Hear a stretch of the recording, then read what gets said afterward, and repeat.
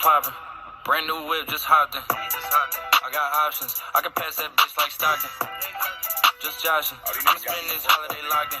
My body got rid of them toxins. What is up, you cunts? Welcome back another week. Things are getting tight. Things are getting tight, guys. We got a lot of 5-5 teams, a lot of 6-4 teams. I love it. I love it. It's getting part to the nitty-gritty season. We have 3 weeks left. That means there's only 3 teams you haven't played left yet. Sorry, guys. I started drinking a little bit. I guess that it's already started hit me, I guess. I haven't even been drinking that much. Maybe I just fumbled over my words. I don't know. I'm feeling like Mark Sanchez over here with a butt fumble. But hope you guys are all having a good week. This is coming out a little bit late once again. In one of my other leagues, we were really getting in a very heated discussion about some trades. We really haven't come to a conclusion yet. Now we need to get a conclusion before a game starts tonight. So hopefully we get there. I don't know. I don't know. I hope we can get there. But yeah, let's get started on things here. We're gonna go 14-1 just like usual. A little bit of a shakeup in a couple spots, but things are really starting to take shape here, which we love to see. Starting at number 14, O.J. Simpson, a butcher. O'Leary, 4-6 on the year, dropping down 1 spot from a 13 spot. He has Kareem Hunt, who had a really good week. Derrick Henry still on his bench, but Kareem Hunt with a really good week. DJ Moore also seen a lot of things about him being a really good keeper for next year. Teddy Bridge and him are starting to get a nice little combo there. O'Leary plays Lip-Off this week, and Lip-Off is apparently good at fantasy football, which is outrageous. This is tequila, by the way, guys.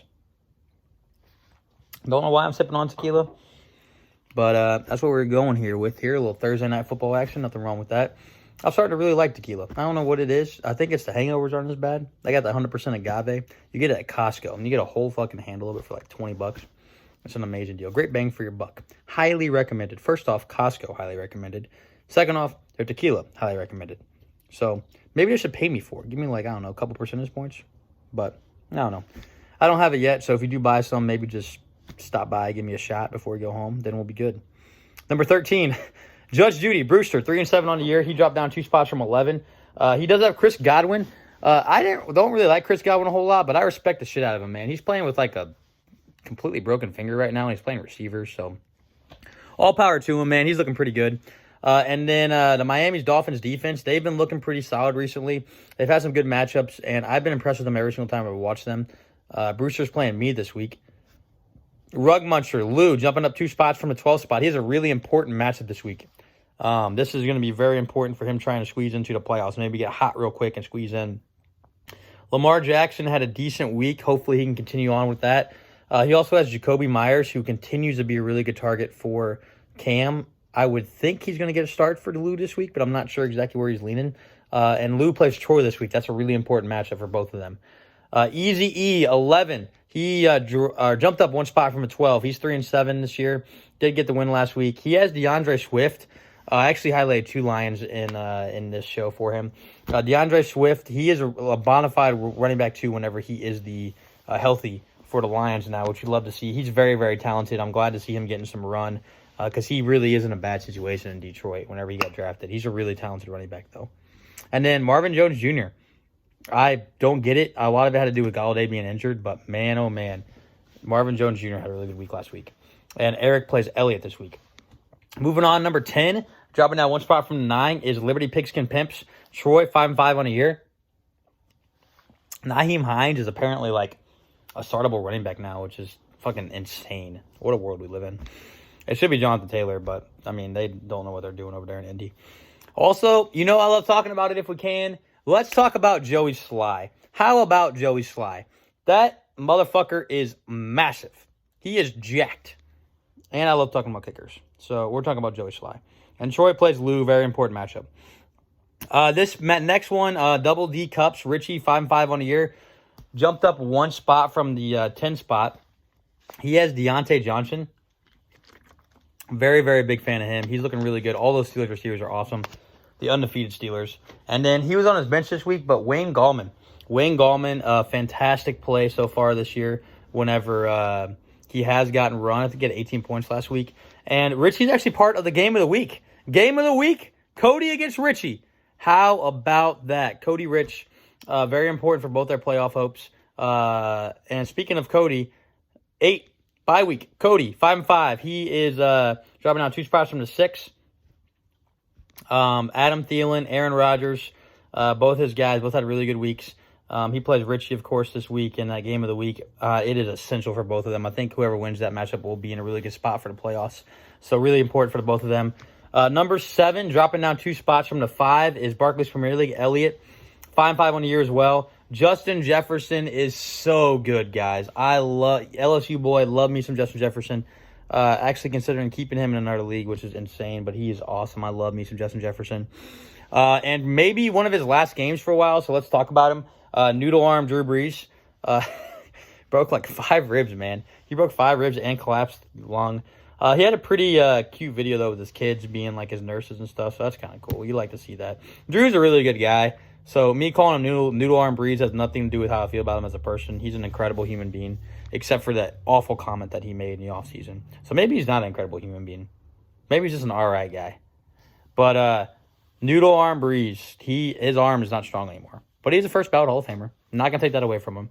And Elliott plays Eric this week. Number 6, moving up 2 spots from the 8 spot, is Under the Influence. Porter, 6-4 this year. Scary Terry, another huge week for him. We know you guys know how much I love Scary Terry. And then Keelan Balazs, he had a good week for San Diego with Eckler out for another week. Porter plays Harris this week. Could have been a matchup of the week, but I wanted to highlight a game that really was super instrumental for both of the playoff hopes for Rich and Cody. Number 5, moved up 2 spots, Run CMC. Myself, really excited to get a big win last week against Galley. We had a really, really good matchup. Luckily, Dalvin Cook did not do what he usually does, or I would have lost.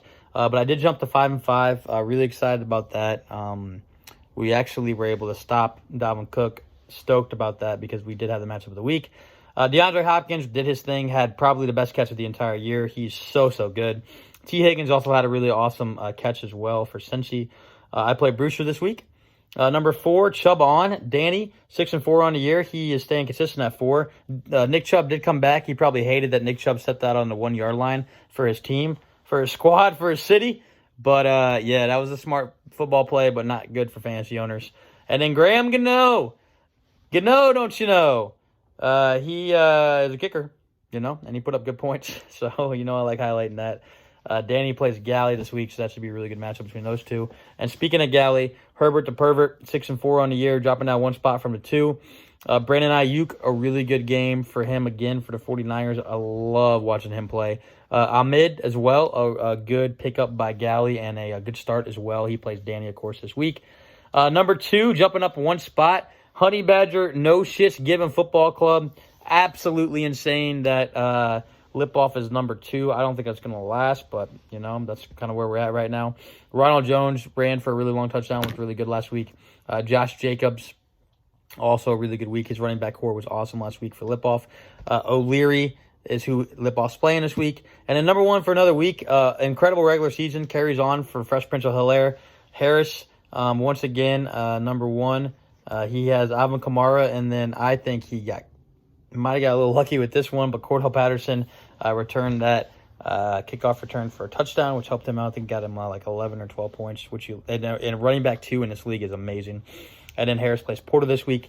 So number 1, Fresh Prince of Hilaire. Number 2, Honey Badger, No Stitch Given Football Club. Herbert the Pervert at 3. Chubb on at 4. Run CMC at 5. Under the Influence at 6. Barclays Premier League at 7.